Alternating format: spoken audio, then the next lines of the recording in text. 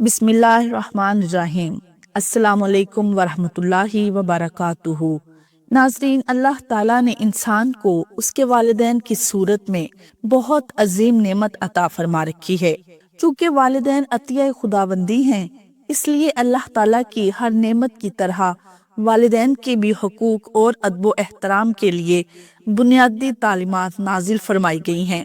یہ آسمانی تعلیمات اس لیے بھی اہم ہیں کہ اللہ تعالیٰ نے انسان کے لیے حصول جنت اور دنیا میں رزق کی فراوانی کو والدین کی اطاعت اور ادب و احترام کے ساتھ جوڑ دیا ہے۔ اللہ تعالیٰ نے والدین کے انتہائی احترام کے لیے قرآن مجید کی سورۃ الاسراء کی آیت نمبر 23 میں ارشاد فرمایا ہے، اور تمہارے پروردگار نے یہ حکم دیا ہے کہ اس کے سوا کسی کی عبادت نہ کرو اور والدین کے ساتھ اچھا سلوک کرو۔ اگر والدین میں سے کوئی ایک یا دونوں تمہارے پاس بڑھاپے کو پہنچ جائیں تو انہیں اف تک نہ کہو اور نہ انہیں جھڑکو، بلکہ ان سے عزت کے ساتھ بات کیا کرو۔ محترم ناظرین، ماں باپ کی بخشش کے لیے وہ عظیم تحفہ جو حضور صلی اللہ علیہ وسلم نے بتایا، ماں باپ یا دوسرے اہل و عیال کی بخشش کے لیے یہ 3 صورتیں پڑھ کر انہیں ثواب کر دیں تو ان پر عذاب اٹھا لیا جاتا ہے اور ان کو جنت کی نوید سنا دی جاتی ہے۔ وہ 3 صورتیں کون سی ہیں؟ ناظرین، دنیا کی ہر نعمت اپنی جگہ، لیکن ایک نعمت ایسی ہے جس کے بغیر زندگی کا ہر رنگ بے رنگ اور ہر خوشی بے معنی لگتی ہے۔ وہ نعمت والدین ہیں۔ ماں کی محبت وہ واحد احساس ہے جو بغیر کسی مفاد کے صرف دینا چاہتی ہے، اور باپ کا سایہ وہ حفاظت ہے جو اولاد پر آنے والی ہر آفت کو اپنے سر لے لیتا ہے۔ ہم میں سے ہر ایک نے اپنی زندگی کے کسی نہ کسی موڑ پر ماں باپ کی دعاؤں کے اثرات محسوس کیے ہوں گے۔ ان کے چہرے کی مسکراہٹ، ان کے سجدوں کی نمی اور ان کی دعاؤں کی تاثیر ہمارے نصیبوں کو بدل دیتی ہے۔ لیکن وقت کی تیز رفتار، دنیاوی مشکلیں اور غفلت کا پردہ ہمیں کبھی کبھار یہ بھلا دیتا ہے کہ وہ ہستیاں جنہوں نے ہمارے لیے اپنا سکون، اپنی نیند، اپنا آرام اور اپنی جوانی قربان کی، آج وہ ہم سے صرف ایک دعا کی امید رکھتی ہے، اور اگر وہ اس دنیا سے جا چکی ہوں تو آپ یہ صورتیں پڑھ کر انہیں ثواب کریں۔ ناظرین، اسلام ایک مکمل ضابطہ حیات ہے جو صرف زندہ ہی کے لیے نہیں بلکہ مرنے والوں کے لیے حقوق اور ان سے جڑے اعمال کی بھی تعلیم دیتا ہے۔ نبی اکرم صلی اللہ علیہ وسلم نے ہمیں سکھایا کہ مرنے والوں کے لیے کیا کرنا چاہیے، خاص طور پر اپنے ماں باپ کے لیے جو دنیا سے چلے گئے ہوں، جو اپنی اولاد کی طرف امید بھری نگاہوں سے دیکھتے ہیں۔ ان کو احسان و ثواب کرنا، ان کے درجات بلند کرنا، ان کے لیے بخشش کی دعا کرنا، یہ سب وہ نیک اعمال ہیں جن کی اسلام میں بے پناہ فضیلت ہے۔ اللہ کے پیارے نبی حضور اکرم صلی اللہ علیہ وسلم نے ہمیں ایسی 3 صورتوں کی تعلیم دی جن کو اگر کوئی شخص پڑھ کر اپنے ماں باپ یا اہل خاندان کے مرحومین کے لیے اصال و ثواب کرے تو ان پر سے عذاب اٹھا لیا جاتا ہے اور انہیں جنت کی خوشخبری سنا دی جاتی ہے۔ غور کیجئے، جنت وہ مقام ہے جس کے لیے انبیاء کرام نے دعا مانگی، صحابہ نے قربانیاں دی، اولیاء نے ریاضتیں کی۔ اگر ہم اپنے چند لمحے نکال کر ان صورتوں کا احسان اپنے ماں باپ کو کریں تو یہ کتنا عظیم تحفہ ہوگا۔ مگر لوگ اس غلط فہمی میں مبتلا ہو جاتے ہیں کہ مرنے والوں کو کچھ نہیں پہنچتا، حالانکہ قرآن و سنت کی روشنی میں واضح ہے کہ صدقہ جاریہ، نیک اولاد کی دعا اور احسان و ثواب کا عمل مرنے والے کے لیے راحت کا سبب بنتا ہے، اور اگر یہ عمل حضور صلی اللہ علیہ وسلم کی بتائی ہوئی مخصوص صورتوں کے ذریعے کیا جائے تو اس کی تاثیر کئی گنا بڑھ جاتی ہے۔ ماں باپ جو اپنی زندگی میں ہماری ہر تکلیف کو اپنے دل پر سہتے رہے، کیا ان کے مرنے کے بعد ہماری یہ معمولی سی کوشش ان کی راحت کا ذریعہ نہیں بن سکتی؟ ہم دنیا کے معاملات میں اپنے ماں باپ کی خوشنودی کے لیے کئی طرح کی مشقتیں اٹھاتے ہیں، لیکن کیا ان کی موت کے بعد ہم ان کے لیے کچھ لمحے نکال کر یہ 3 صورتیں نہیں پڑھ سکتے؟ یاد رکھیے، یہ نہ صرف ان کے لیے راحت کا سامان ہے بلکہ خود ہماری زندگیوں کے لیے بھی برکت، سکون، رزق میں اضافہ اور مشکلات سے نجات کا ذریعہ بھی بنتی ہے۔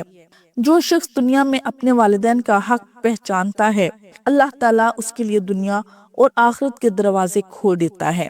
نبی صلی اللہ علیہ وسلم کا فرمان ہے کہ جب انسان مر جاتا ہے تو اس کے اعمال منقطع ہو جاتے ہیں سوائے 3 چیزوں کے: صدقہ جاریہ، علم نافع اور نیک اولاد جو اس کے لیے دعا کرے۔ کیا ہم وہ نیک اولاد بننا نہیں چاہتے جو مرنے کے بعد بھی اپنے ماں باپ کے لیے صدقہ جاریہ بنے، جن کی زبان سے نکلی ہوئی دعائیں قبر کی تنگی کو کشادگی میں بدل دیں، ماں باپ کے چہروں پر نور اور دلوں میں سکون اتار دیں؟ یہ 3 صورتیں صرف الفاظ نہیں، یہ نور ہیں، روشنی ہے، مغفرت کی کنجیاں ہیں۔ اگر ہم ان صورتوں کی تلاوت اپنا معمول بنا لیں، ان کا ثواب اپنے والدین یا اہل خانہ کے مرحوم افراد کو ہدیہ کریں، تو یقین جانیے نہ صرف ان کے لیے جنت کی راہیں ہموار ہوں گی بلکہ خود ہماری زندگی میں بھی سکون اور راحت کا آغاز ہوگا۔ یہ صورتیں کون سی ہیں اور ان کے کیا اثرات ہیں، ان کی تلاوت کا صحیح وقت اور طریقہ کیا ہے، اور ان سے جڑی ایسی سچی کہانیاں اور عبرتناک واقعات ہیں جو سن کر دل لرز اٹھتا ہے۔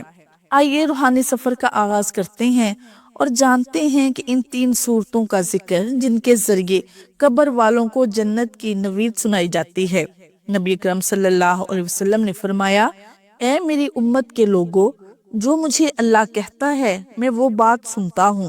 اور پھر فرمایا، اے میری امت کے لوگوں، کیا میں تم کو عطا نہ کروں؟ کیا میں تم کو بخشش کے کلمات نہ بتا دوں؟ کیا میں تم کو وہ کلمات نہ بتا دوں جو تم فوت شدہ ماں باپ یا اہل و عیال کے لیے یہ کلمات ارسال کریں اور تیرے اٹھنے سے پہلے بخشش کی نوید ان کو سنا دی جائے؟ کیا تمہارے ساتھ ایسا نہ کروں کہ جب تم یہ صورتیں پڑھو تو اللہ تعالیٰ تمہارے گناہ بخش دے، اگلے پچھلے، پرانے نئے، یا جو بھول کر کیے یا جو قصدن کیے گئے، چھوٹے اور بڑے، پوشیدہ اور ظاہریہ۔ اس کے بعد یہ کلمات تعلیم فرمائے جس سے انسان کی بخشش اور ان کے والدین اور رشتہ دار جو فوت شدہ ہیں ان کی مغفرت ہوتی ہے۔ ناظرین، حضرت عائشہ صدیقہ رضی اللہ تعالی عنہا بیان کرتی ہیں، میں نے حضور اقدس صلی اللہ علیہ وسلم کو شعبان کی ایک شب دیکھا کہ آپ سجدہ کی حالت میں دعا مانگ رہے تھے۔ بس جبرائیل علیہ السلام تشریف لائے اور عرض کیا کہ اللہ تعالیٰ نے آپ کی شفاعت پر آپ کی 1/3 امت کی مغفرت فرما دی ہے۔ بس حضور نبی اکرم صلی اللہ علیہ وسلم مزید التجا کرتے رہے، پھر یہاں تک کہ حضرت جبرائیل علیہ السلام پھر نازل ہوئے اور عرض کیا، اللہ تبارک و تعالیٰ آپ کو سلام فرماتے ہیں اور ارشاد فرماتے ہیں کہ میں نے آپ کی نصف امت جہنم کی آگ سے آزاد فرما دی۔ حضور نبی اکرم صلی اللہ علیہ وسلم مزید التجا کرتے رہے، یہاں تک کہ جبرائیل علیہ السلام پھر نازل ہوئے اور عرض کیا کہ بے شک اللہ تعالیٰ نے آپ کی شفاعت پر آپ کی تمام امت کو جنت کی آگ سے آزاد فرما دیا، سوائے ایسے شخص کے کہ جس کا کسی کے ساتھ ناجائز جھگڑا ہو، یہاں تک کہ وہ اس کو راضی کر لے۔ نبی اکرم صلی اللہ علیہ وسلم پھر التجا کرتے رہے حتیٰ کہ جبرائیل علیہ السلام پھر نازل ہوئے اور عرض کیا کہ بے شک اللہ تعالیٰ نے اس بات کا ذمہ لے لیا کہ آپ کی امت میں سے جس پر کسی کا حق ہوگا اللہ تعالیٰ اس کو اپنے فضل و کرم اور اپنی رحمت سے راضی فرما دے گا۔ چنانچہ حضور نبی اکرم صلی اللہ علیہ وسلم اس بات سے خوش ہو گئے۔ جب دوسرا شعبان آیا تو حضرت عائشہ صدیقہ رضی اللہ تعالی عنہا بیان فرماتی ہیں کہ جب نصف شعبان کی شب ہوتی تو نبی اکرم صلی اللہ علیہ وسلم میرے بستر سے نکل جاتے۔ پھر حضرت عائشہ صدیقہ رضی اللہ عنہا نے کہا کہ اللہ کی قسم ہمارے بستر کی چادر ریشمی تھی نہ سوتی۔ ہم نے کہا سبحان اللہ، پھر وہ کس چیز کی بنی ہوئی تھی؟ آپ نے فرمایا اس کا بان بکری کے بالوں اور اونٹ کے بالوں سے بنا ہوا تھا، اور آپ نے فرمایا کہ آپ صلی اللہ علیہ وسلم کو نہ پا کر مجھے خدشہ ہوا کہ شاید آپ اپنی دوسری ازواج میں سے کسی کے پاس تشریف لے گئے۔ میں آپ کو تاریکی میں ڈھونڈ رہی تھی کہ میرا پیر آپ کے پیر سے ٹکرایا۔ اس وقت آپ صلی اللہ علیہ وسلم سجدہ ریز تھے اور یہ دعا پڑھ رہے تھے، اور میرا دل تجھ پر ایمان لا چکا ہے، میں تیری نعمتوں کا اقرار کرتا ہوں اور اپنی بڑی بڑی لغزشوں کا اقرار کرتا ہوں۔ میں نے اپنی جان تجھ پر نچھاور کی، بس تو مجھے بخش دے، بے شک تیرے سوا گناہوں کو کوئی بھی نہیں بخشے گا۔ تیری سزا سے تیری معافی کی طرف آتا ہوں اور تیرے غضب سے تیری رحمت کی طرف آتا ہوں، تیری ناراضگی سے تیری رضا کی طرف آتا ہوں اور تیری ہی پناہ کی طرف آتا ہوں۔ میں تیری ایسی حمد و ثنا نہیں کر سکتا جیسا کہ خود اپنی حمد و ثنا تو کر سکتا ہے۔ حضرت عائشہ صدیقہ رضی اللہ عنہا فرماتی ہیں، حضور نبی اکرم صلی اللہ علیہ وسلم کھڑے ہو کر اور بیٹھ کر نماز ادا کرتے رہے حتیٰ کہ صبح ہو گئی۔ آپ صلی اللہ علیہ وسلم کے پاؤں مبارک سوج گئے تھے، میں آپ کے پاؤں مبارک دبا رہی تھی، چنانچہ میں نے عرض کیا کہ آپ پر میرے ماں باپ قربان ہوں، آپ نے اپنے آپ کو بہت تھکا دیا ہے، کیا یہ بات نہیں کہ اللہ سبحانہ تعالیٰ آپ کے طفیل، آپ کے اگلوں اور پچھلوں کے گناہ معاف فرما چکے ہیں؟ آپ نے فرمایا، کیوں نہیں؟ اے عائشہ، تو کیا میں اللہ تعالیٰ کا شکر گزار بندہ بھی نہ بنوں؟ کیا تم جانتی ہو کہ اس رات کیا ہوتا ہے؟ میں نے عرض کیا، کیا یا رسول اللہ صلی اللہ علیہ وسلم، اس رات میں کیا ہوتا ہے؟ تو آپ نے فرمایا، اس سال اولاد آدم سے مرنے والے اور ہر فرد کا نام لکھ دیا جاتا ہے، اور اس رات میں لوگوں کے اعمال اوپر لیے جاتے ہیں، اور اس سال ان کا رزق نہ صرف دیا جاتا ہے۔ میں نے عرض کیا، یا رسول اللہ صلی اللہ علیہ وسلم، کیا کوئی شخص اللہ تعالیٰ کی رحمت کے بنا جنت میں داخل ہوگا؟ آپ نے فرمایا، کوئی شخص بھی اللہ کی رحمت کے بغیر جنت میں داخل نہیں ہوگا۔ میں نے عرض کیا، یا رسول اللہ صلی اللہ علیہ وسلم، آپ ہی نہیں؟ آپ صلی اللہ علیہ وسلم نے اپنے ہاتھ اپنے سر مبارک پر رکھ کر 3 مرتبہ فرمایا، میں بھی نہیں، سوائے اس کے کہ اللہ تعالیٰ مجھے رحمت کے ساتھ ڈھانپ لے۔ حضرت شیخ عبدالوہاب رحمۃ اللہ علیہ نے ایک مرتبہ عالموں سے پوچھا، جنت میں تمام نعمتیں تو ہوں گی، بتائیے کہ جنت میں نماز بھی ہوگی یا نہیں؟ عالموں نے کہا، حضرت جنت میں نماز کہاں سے ہوگی؟ جنت تو اعمال صالحہ کے جزا کا مقام ہے، با اعمال صالحہ کی تکلیف کہاں سے ہوگی؟ یہ سن کر شیخ عبدالواحد رحمۃ اللہ علیہ نے ایک سرد آہ بھری اور رونے لگے، پھر نہایت حسرت کے ساتھ فرمایا کہ بغیر نماز کے جنت میں کس طرح چین نصیب ہوگا؟ اے میرے مسلمان بھائیوں، ان سعید و پاک و باز روحوں سے نماز پوچھو کہ انہیں جنت میں بھی بغیر نماز کے کوئی لطف نصیب نہیں ہوگا۔ امیر المومنین حضرت عثمان غنی رضی اللہ عنہ کا ارشاد ہے کہ نماز پنجگانہ کی پابندی کرنے والوں کو 9 چیزیں انعام میں ملیں گی۔ اول، خدا تعالیٰ اس کو اپنا محبوب بنا لے گا۔ دوسرا، اس کو تندرستی عطا فرمائے گا۔ تیسرا، فرشتے اس کی حفاظت فرمائیں گے۔ چوتھا، اس کے گھر میں برکت ہوگی۔ پانچواں، اس کے چہرے پر صالحین کا نور ہوگا۔ چھٹا، اس کا دل نرم ہو جائے گا۔ ساتواں، وہ پل صراط سے بجلی کی طرح گزر جائے گا۔ آٹھواں، جہنم سے نجات پائے گا۔ جنت میں اس کو ایسے لوگوں کا پڑوس نصیب ہوگا جن کی شان میں نیک لوگوں کی بشارت آئی ہوگی، یعنی قیامت میں ان کو نہ کوئی خوف ہوگا نہ غمگین ہوں گے۔ محترم ناظرین، یقیناً زندوں کے ساتھ اس دنیا فانی سے کوچ کرنے والے ہمارے بھائی اور ہمارے احسان و کرم اور امداد و نصرت کے مستحق ہیں، لہٰذا مبارک راتوں اور مقدس ایام میں ضرور انہیں بھی یاد کیا کریں۔ حدیث پاک میں آیا ہے کہ اگر تم میں سے کوئی اپنے بھائی کو نفع پہنچا سکتا ہے تو پہنچائے، بحوالہ مسلم شریف، اور صدقہ و خیرات، تلاوت قرآن پاک، ذکر و خیر کا ثواب کسی مرحوم کو پہنچایا جائے تو یقیناً ان کو پہنچتا ہے اور ان کو اس سے فائدہ بھی ہوتا ہے۔ اس پر حدیث ہے کہ امت مسلمہ میں کوئی بھی ان کا منکر نہیں، اور جو منکر ہے وہ یقیناً گمراہ اور مسلمانوں کا بدخواہ ہے۔ حضرت محمد صلی اللہ علیہ وسلم نے اپنے چچا حضرت عباس رضی اللہ عنہ کو ارشاد فرمایا کہ میں آپ کو ایسا تحفہ نہ دوں جس سے آپ کی بخشش ہو؟ کیا میں آپ کو وہ عطا نہ کروں جس سے آپ کو جنت کی بشارت ملے؟ آپ صلی اللہ علیہ وسلم نے فرمایا کہ جو شخص اپنے مرحومین والدین یا عزیز و اقارب کے لیے یہ 3 صورتیں پڑھ کر ان کو ایصال و ثواب کرتا ہے تو ان کی بخشش کر دی جاتی ہے، عذاب قبر ان سے ہٹا لیا جاتا ہے اور ان کو جنت کی بشارت دی جاتی ہے۔ اور وہ 3 صورتیں یہ ہیں، سورہ یاسین، سورہ الملک اور سورہ الاخلاص۔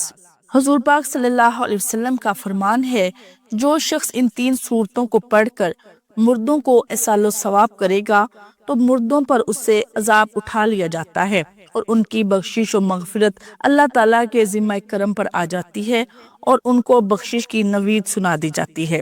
پیارے ناظرین، آپ جب بھی اپنے مرحوم والدین یا عزیز رشتہ داروں کو احسان و ثواب کرنا چاہیں تو سب سے پہلے حضور پاک صلی اللہ علیہ وسلم کی ذات اقدس پر درود پاک کا نذرانہ ضرور پیش کیا کریں، کیونکہ درود پاک اللہ تعالیٰ کو بہت پسند ہے اور آپ کوئی سا بھی درود پڑھ سکتے ہیں۔ درود پاک پڑھنے کے بعد آپ نے سب سے پہلے سورہ یاسین کی تلاوت کرنی ہے، اس کے بعد آپ نے سورہ ملک اور اس کے بعد آپ نے آخر میں سورہ اخلاص 12 مرتبہ پڑھنی ہے، اور اس کے بعد پھر آخر میں آپ نے دوبارہ سے درود پاک پڑھنا ہے۔ درود پاک پڑھ کر آپ اپنے تمام مرحومین کو اس کا اصال و ثواب کرنا ہے، اور آخر میں آپ نے ایک تسبیح استغفر اللہ کی پڑھنی ہے۔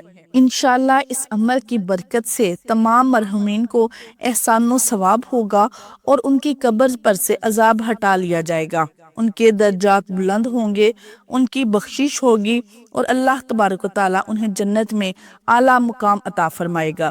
رسول اکرم صلی اللہ علیہ وسلم نے ارشاد فرمایا، جب بندہ گناہوں سے توبہ کرتا ہے، جب بندہ اپنے گناہوں سے توبہ کرتا ہے تو اللہ تبارک و تعالیٰ اعمال لکھنے والے فرشتوں کو اس کے گناہ بھلا دیتا ہے، اس کے عذاب کو بھی بھلا دیتا ہے اور ان کے زمین پر نشانات بھی مٹا ڈالتا ہے، یہاں تک کہ جب وہ قیامت کے دن اللہ تعالیٰ سے ملے گا تو اس کے گناہ پر کوئی گواہ نہ ہوگا۔ حضرت عوف رضی اللہ عنہ ایک صحابی تھے جو رسول اکرم صلی اللہ علیہ وسلم کے دور میں ایمان لائے۔ ایک دن ان کا بیٹا کسی مہم پر گیا اور کئی دن تک واپس نہ آیا۔ حضرت عوف رضی اللہ عنہ سخت پریشان ہوئے اور نبی اکرم صلی اللہ علیہ وسلم کی خدمت میں حاضر ہو کر اپنے بیٹے کی گمشدگی کا ذکر کیا۔ رسول اللہ صلی اللہ علیہ وسلم نے ان سے فرمایا، اے عوف، اگر تم صبر کرو اور اللہ تعالیٰ سے دعا کرو تو اللہ تعالیٰ تمہارے بیٹے کو تمہیں واپس لوٹا دیں گے۔ حضرت عوف رضی اللہ عنہ نے نبی اکرم صلی اللہ علیہ وسلم کے فرمان پر مکمل بھروسہ رکھا اور صبر کے ساتھ اللہ تعالیٰ سے دعا کرتے رہے اور اسی دعا کا ورد کرتے رہے۔ حضرت عوف رضی اللہ عنہ گھر واپس تشریف لائے اور اپنی زوجہ کو اس وظیفے کے بارے میں بتایا اور دونوں نے اللہ کی رضا کے لیے یہ وظیفہ پڑھنا شروع کر دیا۔ اس وظیفے کا ایسا اثر ہوا کہ کچھ دنوں بعد اللہ تعالیٰ کے حکم سے ان کا بیٹا اچانک واپس آ گیا۔ جب لوگوں نے اس سے پوچھا کہ وہ کیسے بچ کر آیا تو اس نے بتایا کہ میں قید میں تھا اور ایک رات اچانک میری قید کی رسیاں کھل گئیں، راستہ صاف ہو گیا اور میں بحفاظت گھر پہنچ گیا۔ یہ واقعہ اللہ تعالیٰ پر کامل یقین کا واقعہ ہے۔ حضرت عوف رضی اللہ عنہ اور ان کے بیٹے کے واقعے سے ہمیں یہ سبق ملتا ہے کہ جب ہم سچے دل سے اللہ پر بھروسہ کرتے ہیں اور صبر سے کام لیتے ہیں تو اللہ تعالیٰ کے آخری نبی حضرت محمد صلی اللہ علیہ وسلم کی تعلیمات پر عمل کرتے ہیں اور ان کے بتائے گئے کلمات کو دل اور اخلاص کے ساتھ ورد کرتے ہیں اور دعا کرتے ہیں تو اللہ تعالیٰ ہماری تمام مشکلات کو دور فرما دیتا ہے۔ رسول اللہ صلی اللہ علیہ وسلم نے فرمایا، ہر بنی آدم انسان گنہگار ہے اور بہترین گنہگار وہ ہے جو توبہ کرنے والے ہیں۔ گناہ دل کو سیاہ کر دیتا ہے۔ نبی اکرم صلی اللہ علیہ وسلم نے فرمایا، جب بندہ گناہ کرتا ہے تو اس کے دل پر ایک سیاہ نقطہ لگ جاتا ہے، پھر اگر وہ توبہ کر لیتا ہے، استغفار کرتا ہے تو وہ صاف کر دیا جاتا ہے، اور اگر وہ دوبارہ گناہ کرتا ہے تو وہی سیاہی بڑھتی رہتی ہے یہاں تک کہ اس کا پورا دل کالا ہو جاتا ہے۔ رسول اللہ صلی اللہ علیہ وسلم نے فرمایا، آدمی کے گناہ کی وجہ سے اسے رزق میں سے محروم کر دیا جاتا ہے جو اس کے لیے لکھ دیا گیا تھا۔ چھوٹے گناہوں کو معمولی نہ سمجھو۔ نبی اکرم صلی اللہ علیہ وسلم نے فرمایا، چھوٹے گناہوں کو معمولی نہ سمجھو کیونکہ یہ مل کر انسان کو ہلا کر رکھ دیتے ہیں، جیسا کہ لکڑیاں اکٹھی کر کے بڑی آگ جلائی جاتی ہے۔ بحوالہ مسند احمد، رسول اللہ صلی اللہ علیہ وسلم سے پوچھا گیا کہ کون سا عمل سب سے بہتر ہے؟ آپ صلی اللہ علیہ وسلم نے فرمایا کہ تمہاری زبان ہمیشہ اللہ کے ذکر میں تر رہے۔ ذکر کرنے والوں کو اللہ تعالیٰ یاد رکھتا ہے۔ اللہ تعالیٰ فرماتا ہے، تو میرا ذکر کر، میں تمہیں یاد رکھوں گا۔ ذکر الہی سب سے افضل عمل ہے۔ ذکر الہی دلوں کو سکون دیتا ہے۔ قرآن مجید میں اللہ تبارک و تعالیٰ ارشاد فرماتا ہے کہ جان لو اللہ کے ذکر سے دلوں کو سکون ملتا ہے۔ رسول اللہ صلی اللہ علیہ وسلم نے فرمایا، جو شخص سبحان اللہ 10 مرتبہ کہے اس کے سارے گناہ چھوٹے معاف کر دیے جاتے ہیں، اور خواہ وہ سمندر کی جھاگ کے برابر ہی کیوں نہ ہوں۔ بڑے گناہوں کے لیے توبہ استغفار کرنا لازم العظیم ہے، اور اللہ بڑا مہربان اور رحم فرمانے والا، بخشنے والا ہے۔ پیارے ناظرین، بے شک اچھی بات کو پھیلانا صدقہ جاریہ ہے۔ اللہ تبارک و تعالیٰ سے دعا ہے کہ اللہ تبارک و تعالیٰ تمام امت مسلمہ پر اپنا رحم، اپنا کرم اور اپنا فضل کرے۔ اللہ تبارک و تعالیٰ ہم تمام کی پریشانیوں کو ختم کرے اور ہمیں اسلام کے اصولوں کے مطابق زندگی بسر کرنے کی توفیق عطا فرمائے۔ میری اللہ تبارک و تعالیٰ سے دعا ہے کہ اللہ تعالیٰ میرا سنانا اور آپ کا سننا قبول و منظور فرمائے، جو مانگا مقدر فرمائے اور جو نہیں مانگ سکے بن مانگے عطا فرمائے۔ نیکی کی بات کو سننے، سمجھنے اور اس پر عمل کرنے کی توفیق عطا فرمائے۔